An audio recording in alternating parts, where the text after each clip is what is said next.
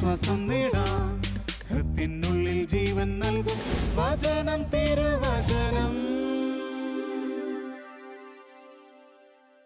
All glory be to the Father, and to the Son, and to the Holy Spirit, as it was in the beginning, is now, and ever shall be, world without end.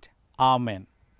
ദൈവകരുണയുടെ ഈ അസാധാരണ വർഷത്തിൽ നമ്മുടെ മാർപ്പാപ്പയായ Francis മാർപ്പാപ്പയിലൂടെ സ്വർഗസ്വനായ പിതാവ് വലിയ ക്രമീകരണങ്ങളാണ് ഈ ലോകത്ത് ഇപ്പോൾ നടത്തിക്കൊണ്ടിരിക്കുക.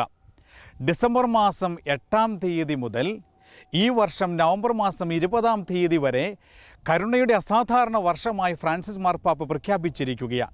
ഇത് നമ്മളെ ഓരോരുത്തരെയും സംബന്ധിച്ചിടത്തോളം വലിയ ദൈവാനുഗ്രഹത്തിൻ്റെയും ദൈവകൃപകളുടെയും ഒരു വർഷമാണ്. ഈ വർഷം കഴിയുവാനായി പോവുകയാണ്. അല്പ ദിവസങ്ങൾ കൂടിയേ ഇനി തീരുവാനുള്ളൂ. ഈ കരുണയുടെ അസാധാരണ വർഷത്തിൽ ദൈവം നമുക്ക് വേണ്ടി സഭയിലൂടെ ക്രമീകരിച്ചിരിക്കുന്ന ഈ വലിയ ക്രമീകരണങ്ങൾ ആർക്കും നഷ്ടപ്പെടുവാൻ പാടില്ല. നമ്മുടെ ഓരോരുത്തരുടെയും ആത്മാവ് ഈ കരുണയുടെ വർഷത്തിൽ സ്വർഗത്തിൽ നിന്ന് ലഭിക്കുന്ന അനുഗ്രഹങ്ങൾ ഏറ്റെടുത്തുകൊണ്ട് പരിപോഷിപ്പിക്കപ്പെട്ട് നിത്യരക്ഷയിൽ എത്തുവാനുള്ള സ്വർഗത്തിൻ്റെ ക്രമീകരണങ്ങൾ ഏറ്റെടുത്ത് ഈ വർഷത്തെ അനുഗ്രഹപ്രദമാക്കി മാറ്റുവാൻ ഈ ആരംഭത്തിൽ തന്നെ നിങ്ങളെ ഓരോരുത്തരുടെയും ഒത്തിരി സ്നേഹത്തോടെ ക്ഷണിക്കുകയാണ്. എന്താണ് കരുണയുടെ വർഷത്തിൻ്റെ പ്രത്യേകതയും ഈ വർഷത്തിൽ നമുക്ക് ലഭിക്കുന്ന അനുഗ്രഹങ്ങളും? കരുണയുടെ ഈ അസാധാരണ വർഷത്തിൽ ലോകത്തെമ്പാടുമുള്ള എല്ലാ കത്തോലിക്ക കത്തീഡ്രലുകളിലും ഫ്രാൻസിസ് മാർപ്പാപ്പയുടെ പ്രത്യേകമായ താൽപ്പര്യപ്രകാരം ഹോളി ഡോർ, വിശുദ്ധ വാതിൽ സ്ഥാപിക്കപ്പെട്ടിരിക്കുകയാണ്. ലോകത്തെമ്പാടും ഈ വിശുദ്ധ വാതിൽ ഇന്ന് നമുക്ക് വേണ്ടി തുറന്നിട്ടിരിക്കുകയാണ്. ഈ വാതിലിലൂടെ പ്രവേശിച്ച് സഭ നിർദ്ദേശിക്കുന്ന രീതിയിൽ 3-4 കാര്യങ്ങൾ ചെയ്ത് കഴിയുമ്പോൾ പൂർണ്ണമായ ദണ്ഡവിമോചനം, അതായത് സ്വർഗത്തിൻ്റെ ദൈവ കരുണ നമ്മുടെ ഓരോരുത്തരുടെയും ആത്മാവിലേക്ക് കടന്നു വരികയാണ്. ഇപ്രകാരം കടന്നു വന്നു കഴിയുമ്പോൾ നമ്മുടെ ജീവിതത്തിൽ ഇന്നുവരെ ചെയ്ത സകല പാപവും, പാപത്തിൻ്റെ പരിണിതഫലവും, പാപത്തിൻ്റെ ഫലമായുണ്ടാകുന്ന ശിക്ഷയുമെല്ലാം ദൈവം എടുത്തു മാറ്റുന്ന വലിയ ദൈവിക ഇടപെടലുകളാണ് ഈ വർഷത്തിൽ നമുക്ക് ലഭിക്കുക. അതുകൊണ്ട് സഹോദരീ സഹോദരങ്ങളെ, ഈ വർഷത്തെ പ്രത്യേകിച്ച് നമ്മുടെ മുൻപോട്ടുള്ള ഈ കരുണയുടെ വർഷത്തിൻ്റെ മുന്നോട്ടുള്ള ഈ ദിവസങ്ങളെ വളരെ ഗൗരവമായി നമ്മൾ എടുക്കണം. ലാഘവത്തോടെ എടുക്കുവാൻ പാടില്ല.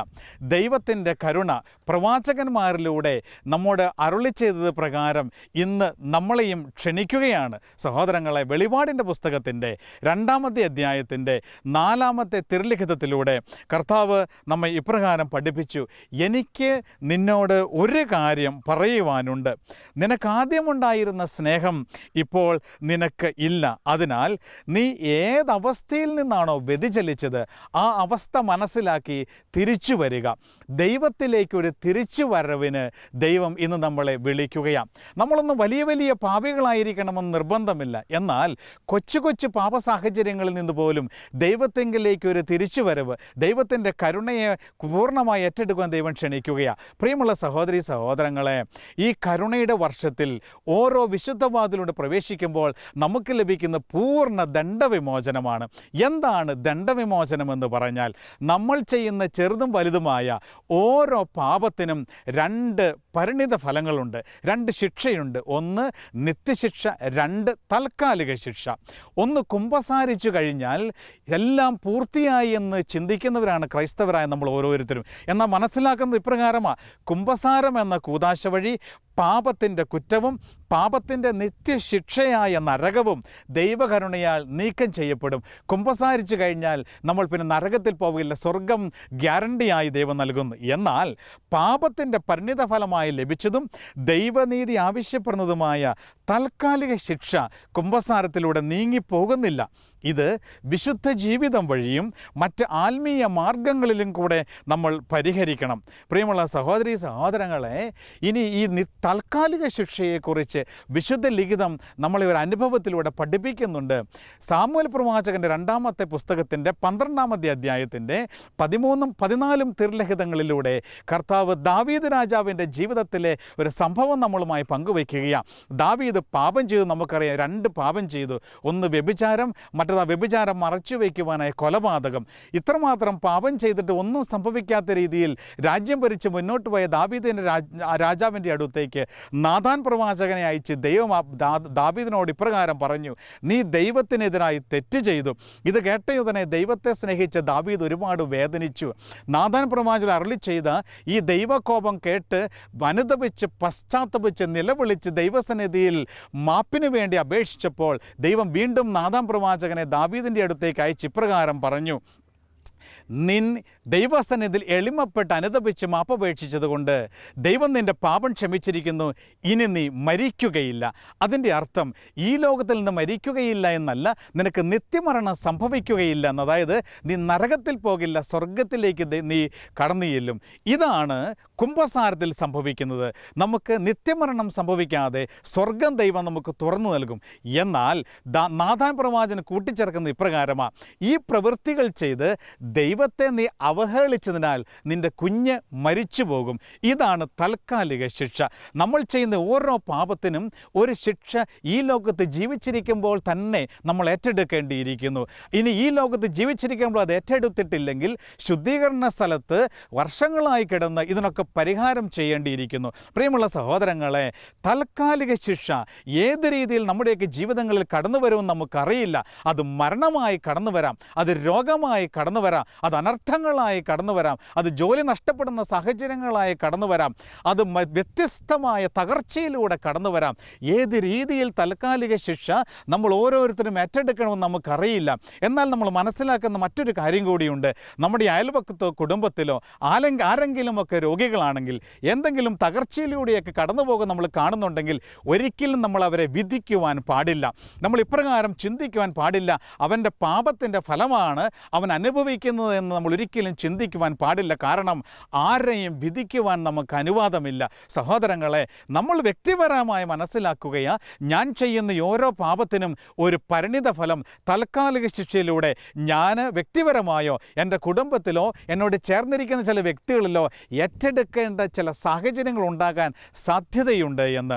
പ്രിയമുള്ളവരെ, ഇനി ദണ്ഡവിമോചനത്തിലൂടെ സംഭവിക്കുന്നത് ഇപ്രകാരമാണ്.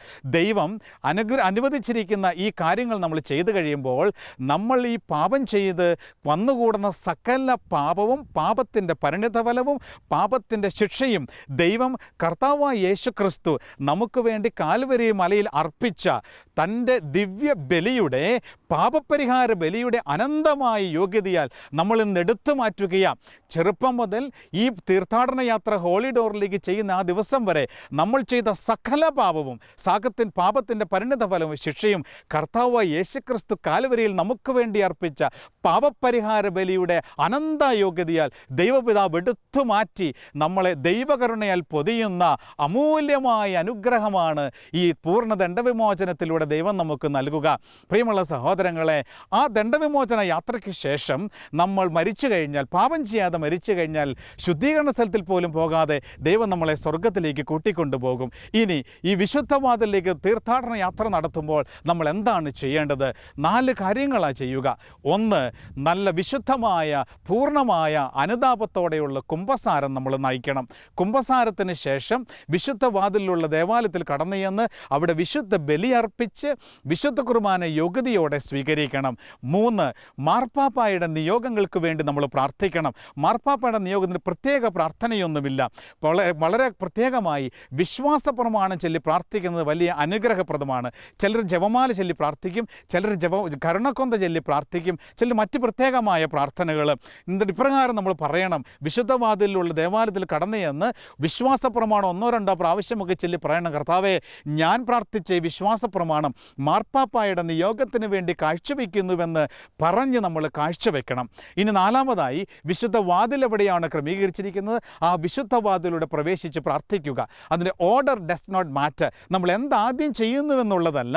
കുംഭസാരം അവിടെ കടന്നു ചെല്ലുമ്പോൾ നമുക്ക് അവസരം കിട്ടിയില്ലെങ്കിലും തലേ ദിവസം നമ്മുടെ ഏതെങ്കിലും വികാരിയച്ഛൻ്റെ അടുത്തോ ആശ്രമത്തിലെ അച്ഛന്മാരുടെ അടുത്തോ പോയി കുംഭസാരിച്ച് കുംഭസാരത്തിൻ്റെ വരപ്രസാദങ്ങളുമായി പിറ്റേ ദിവസവും അടുത്ത ദിവസങ്ങളിലൊക്കെ നമുക്ക് ഈ തീർത്ഥാടന യാത്ര നടത്താവുന്നതാണ്. എന്നാൽ ചിന്തിക്കുന്നത് പറയുന്നത് ഇപ്രകാരമാണ്, കുംഭസാരം കഴിഞ്ഞാൽ കുംഭസാരത്തിൻ്റെ വരപ്രസാദം ഉൾക്കൊണ്ടുകൊണ്ട് വേണം നമ്മൾ ഈ തീർത്ഥാടന യാത്ര നടത്തുവാൻ. കുംഭസാരത്തിന് ശേഷം മദ്യപിച്ചും ഈ ലോകത്തിൻ്റെ ഏതെങ്കിലും സുഖങ്ങൾക്ക് പുറകെ ഓടി നടന്നും പരദൂഷണം പറഞ്ഞുമൊക്കെ നമ്മുടെ കുംഭസാരത്തിൻ്റെ പ്രസാദവരം നഷ്ടപ്പെടുത്തിയിട്ട് ഈ തീർത്ഥാടന യാത്ര ചെയ്യുവാൻ പാടില്ല. ബാക്കി കാര്യങ്ങൾ വിശുദ്ധമാതിലുള്ള സ്ഥലത്ത് പോയി ചെയ്യുക, പ്രാർത്ഥിക്കുക, അനുഗ്രഹം പ്രാപിക്കുക. ഇപ്രകാരം ഈ 3-4 കാര്യങ്ങൾ ചെയ്തു കഴിയുമ്പോൾ പൂർണ്ണ ദണ്ഡവിമോചനം നമ്മുടെ ആത്മാവിലേക്ക് ലഭിക്കുക. ഇനി സഹോദരങ്ങളെ, ജീവിച്ചിരിക്കുന്ന മറ്റാർക്കും വേണ്ടി നമുക്ക് തീർത്ഥാടന യാത്ര നടത്തുവാൻ സാധിക്കില്ല. എന്നാൽ മരിച്ചുപോയവർക്ക് വേണ്ടി നമുക്ക് ഈ തീർത്ഥാടന യാത്ര നടത്തി നമ്മൾ ഈ തീർത്ഥാടന യാത്രയിലൂടെ മരിച്ചുപോയ നമ്മുടെ പ്രിയപ്പെട്ടവരുടെ ആത്മാക്കളിലേക്കും ഈ പൂർണ്ണ ദണ്ഡവിമോചനം നമുക്ക് ഏറ്റെടുക്കുവാനായിട്ട് സാധിക്കും.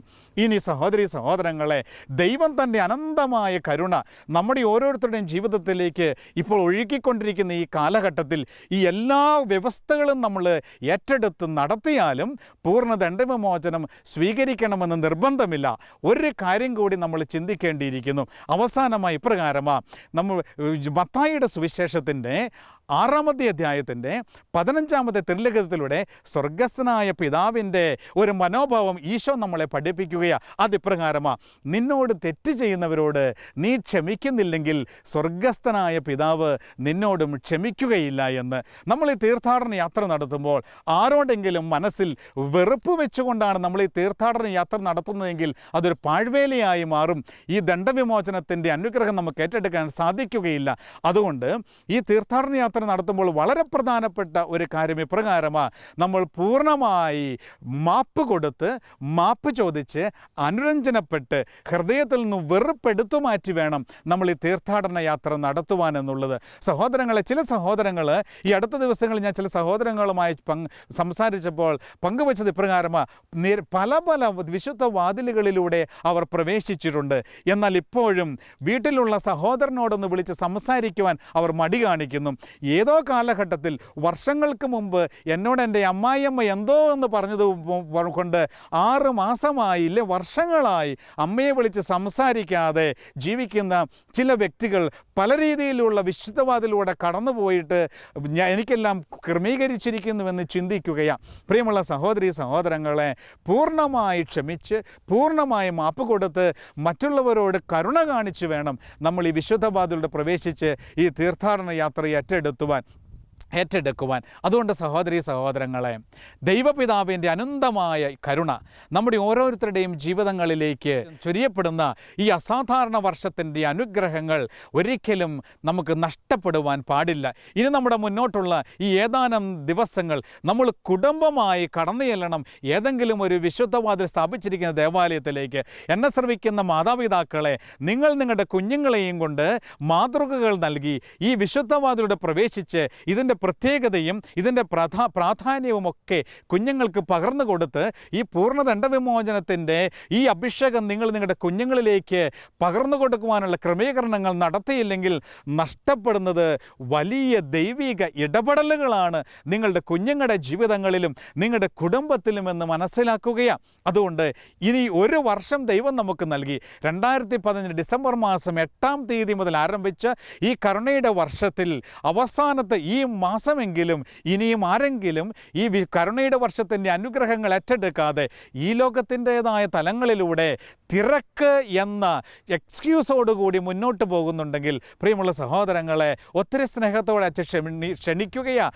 ഈ കരുണയുടെ വർഷത്തിൻ്റെ അനുഗ്രഹങ്ങൾ നഷ്ടപ്പെടുത്താതിരിക്കുവാൻ ഏതെങ്കിലും ഒരു വിശുദ്ധ വാതിലിലേക്ക് നിങ്ങളെ സ്നേഹത്തോടെ ക്ഷണിക്കുകയാണ്. പലപ്പോഴും നമുക്ക് ഈ ലോകത്തിൻ്റെ പല കാര്യങ്ങൾക്ക് സമയമുണ്ട്. പാർട്ടി ആഘോഷങ്ങൾക്ക് സമയമുണ്ട്, ബർത്ത്ഡേ ആഘോഷങ്ങൾക്ക് സമയമുണ്ട്, സംഘടനാ പ്രവർത്തനങ്ങൾക്ക് സമയമുണ്ട്, ഈ ലോകത്തിൻ്റെ ഒരുപാട് കാര്യങ്ങൾക്ക്, വിനോദങ്ങൾക്ക്, ഹോളിഡേയ്സിനൊക്കെ സമയമുണ്ട്. എന്നാൽ സ്വർഗത്തിന് വേണ്ടി ഒരുങ്ങുവാനുള്ള ഈ ദൈവത്തിൻ്റെ ഈ വലിയ ആഹ്വാനത്തിന് സമയമില്ല എന്ന് പറയരുത് എന്ന് സ്നേഹത്തോടെ നിങ്ങളോട് അഭ്യർത്ഥിക്കുകയാണ്. പ്രിയമുള്ള സഹോദരങ്ങളെ, അവസാനമായി ഒരു കാര്യം കൂടി ഓർമ്മിപ്പിച്ചുകൊണ്ട് അച്ഛൻ അവസാനിപ്പിക്കുകയാണ്. ഈ വിശുദ്ധ വാതിലിലേക്കുള്ള ഈ തീർത്ഥാടന യാത്ര നമുക്ക് മാത്രമല്ല, നമ്മുടെ കുടുംബങ്ങളിൽ പ്രായമായ കാരണവന്മാരൊക്കെ ഉണ്ടെങ്കിൽ, നമ്മൾ അവധിക്കാലത്തൊക്കെ നാട്ടിലേക്ക് ചെല്ലുന്ന സമയത്ത്, ഇല്ലെങ്കിൽ ആരെങ്കിലുമൊക്കെ നാട്ടിലേക്ക് ഈ മാസമൊക്കെ പോകുന്നുണ്ടെങ്കിൽ, നമ്മുടെ കാരണവന്മാരെയും കൂട്ടി, നടക്കാൻ മേലാത്ത നമ്മുടെ പ്രിയപ്പെട്ടവരെയും കൂട്ടി ഏതെങ്കിലും ഒരു വിശുദ്ധ വാതിലിലൂടെ പോയി അവരൊന്നിച്ച് നടത്തുക എന്നുള്ളത്. സഹോദരങ്ങളെ, നമ്മുടെ മാതാപിതാക്കൾ നമുക്ക് വേണ്ടി എത്രമാത്രം അധ്വാനിച്ചിട്ടുണ്ട്, നമുക്ക് വേണ്ടി എത്രമാത്രം കഷ്ടപ്പെട്ടിട്ടുണ്ട്. ഓരോ മാതാവിൻ്റെയും പിതാവിൻ്റെയും ചോരയാണ് ഇന്ന് ഇംഗ്ലണ്ടിലും യൂറോപ്പിൻ്റെ മറ്റു പല ഭാഗങ്ങളിലും ആയിരിക്കുന്ന നമ്മുടെയൊക്കെ ജീവിതങ്ങൾ നമ്മൾ ഇന്ന് അനുഭവിച്ചു കൊണ്ടിരിക്കുന്നത്. നമ്മളൊക്കെ നാട്ടിൽ അവധിക്ക് മുമ്പ് പലപ്പോഴും സംഭവിക്കുന്ന ഇപ്രകാരമല്ലേ, നമുക്ക് മാതാപിതാക്കളോട് കൂടെ ചെലവഴിക്കുവാൻ സമയമില്ല, നമുക്ക് ഷോപ്പിങ്ങിന് തിരക്കായി, ഫ്രണ്ട്സിൻ്റെ അടുത്ത് പോകാൻ തിരക്കായി, പാർട്ടികൾക്ക് തിരക്കായി, അവധി ആഘോഷിക്കുവാൻ കുഞ്ഞുങ്ങളെയും കൊണ്ട് മറ്റു പല വിനോദ സ്ഥലങ്ങളിലേക്ക് പോകുവാൻ തിരക്കായി. എന്നാൽ 2-3 വർഷം കാത്തിരിക്കുന്ന മാതാപിതാക്കളെ ഒരു നിമിഷം ഓർമ്മിക്കുവാനോ അവരോട് കൂടെ കൂടുതൽ സമയം ചെലവഴിക്കുവാനോ സാധിക്കാത്ത ചില സാഹചര്യങ്ങളോട് നമ്മൾ കടന്നു പോകുന്നുണ്ട്. ഈ ഒരു അനുഗ്രഹമെങ്കിലും നമ്മുടെ കുടുംബത്തിൽ നമ്മളിലൂടെ, നമ്മുടെ മാതാപിതാക്കളിലൂടെ നഷ്ടപ്പെടുവാൻ അനുവദിക്കരുതേ എന്നൊത്തിരി സ്നേഹത്തോടെ നിങ്ങളെ ഓർമ്മിപ്പിക്കുകയാണ്. പ്രിയമുള്ള സഹോദരീ സഹോദരങ്ങളെ, ഈ വർഷത്തിൽ വിശുദ്ധ വാതിലിലൂടെ ദൈവം നൽകുന്ന ഈ നിരവധിയായ അനുഗ്രഹങ്ങൾ ഒരു യാദൃച്ഛികമായി ക്രമീകരിക്കപ്പെട്ടിട്ടുള്ളതല്ല, അത് ദൈവത്തിൻ്റെ ഒരു പ്രവചനത്തിൻ്റെ പൂർത്തീകരണം കൂടിയാണ് എന്ന് നമ്മൾ മനസ്സിലാക്കുകയാണ്. കരുണയുടെ പ്രവാചകയായി കരുണാമയനായ കർത്താവ് തിരഞ്ഞെടുത്ത വിശുദ്ധ ഫൗസ്തീനായിലൂടെ വർഷങ്ങൾക്ക് മുൻപ് ഇപ്രകാരം കരുണാമയനായ കർത്താവ് നമ്മളോട് അരുളി ചെയ്തു.